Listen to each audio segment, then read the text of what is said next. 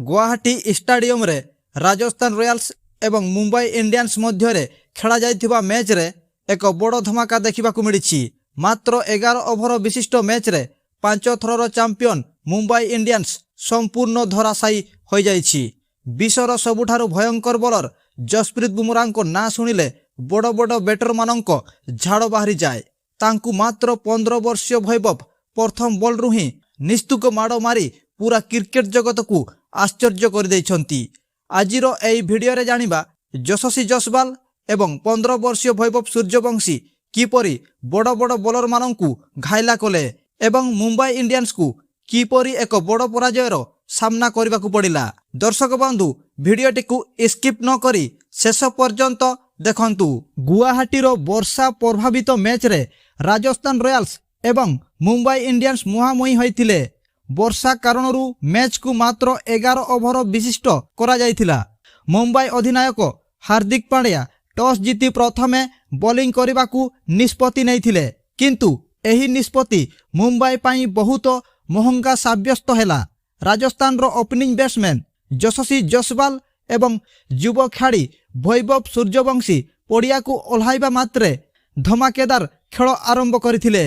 दीपक चहरंक प्रथम ओभर रे यशस्वी 22 रन संग्रह करी मुंबई उपरे चाप पकाई देइथिले। मैच रो प्रकृत टर्निंग पॉइंट आसिला द्वितीय ओभर रे। बॉलिंग करने को आसिले मुंबई रो सबुठारु बड़ अस्त्र जसप्रीत बुमराह एवं स्ट्राइक रे थिले नुआ खेलाड़ी वैभव सूर्यवंशी। बुमराह को प्रथम ओभर रे प्रथम बॉल एवं चतुर्थ बॉल को 15 वर्षीय वैभव 2टी छक्का मारी समस्त को आश्चर्य कर देइथिले। यह केवल एक साधारण शॉट नथिला, यह थिला जड़े युवा खेलाड़ी आक्रमणात्मक आत्मविश्वास। सही ओभर रे बुमराह 14 रन खर्च करथिले। मुंबई रो कोनोसी बॉलर को एही दुई बैटर छाड़ी नथिले। ट्रेंट बोल्ट एवं शार्दुल ठाकुरंक भड़ी अभिज्ञ बॉलर को मध्य यशस्वी एवं वैभव गोटे ओभर रे 22 रन लेखाएं आदाय करथिले। यशस्वी जसवाल मात्र 32 बॉल रु 77 रन रो एक विस्फोरक इनिंग्स खेलिथिले, जेउथिरे 10टी चौका एवं 4टी विशाल छक्का शामिल थिला। वैभव मात्र 14 बॉल खेली 5टी विशाल छक्का एवं गोटे चौका सह विस्फोरक 39 रन संग्रह करथिले।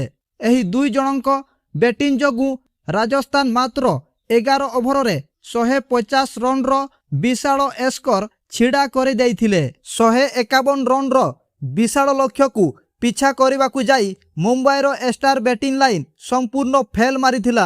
रोहित शर्मा, सूर्य कुमार यादव एवं रियान रिकल्टन खूब शीघ्र पाविलियन फेरी जाइथिले। राजस्थान रो बॉलर संदीप शर्मा, नाद्रे बर्गर एवं रवि बिश्नोईक सठिक बॉलिंग आगरे मुंबई बैटर माने संपूर्ण विफल होइथिले। एही 3 जण बॉलर 2टी लेखाएं विकेट अख्तियार करथिले। शेषरे मुंबई 11 ओभर रे 9टी विकेट हराई केवल 123 रन करि पारिला एवं राजस्थान एही मैच को 27 रन रे एकतरफा भावे जीति नेला। मैच शेष हेबा परे अधिनायक हार्दिक पांड्या निराश होई सीधा सड़क निज बॉलर माननकु दायी करथिले एवं कहिथिले जे बॉलर माने गुरुत्वपूर्ण समय रे सठिक बॉलिंग करिबारे विफल होइछंती, जहा फଳରେ पराजयर मुख्य कारण पलटिला। अन्य पक्षरे एही धमाकेदार विजय सह राजस्थान रॉयल्स क्रमागत 3टी मैच जीति पॉइंट टेबुल रो शीर्ष रे निजर स्थान दृढ़ करिछंती। आपनकु कोन लागुछि 15 वर्षीय वैभव सूर्यवंशी आगामी दिन रे भारतीय दल पाई जड़े बड़ मैच विनर होई पारिबे कि एवं मुंबई इंडियंस रो एही लगातार खराब प्रदर्शन पाई प्रकृत रे किए दायी, बैट्समैन ना बॉलर? तले कमेंट बॉक्स रे निजर मतामत निश्चय जणांतु।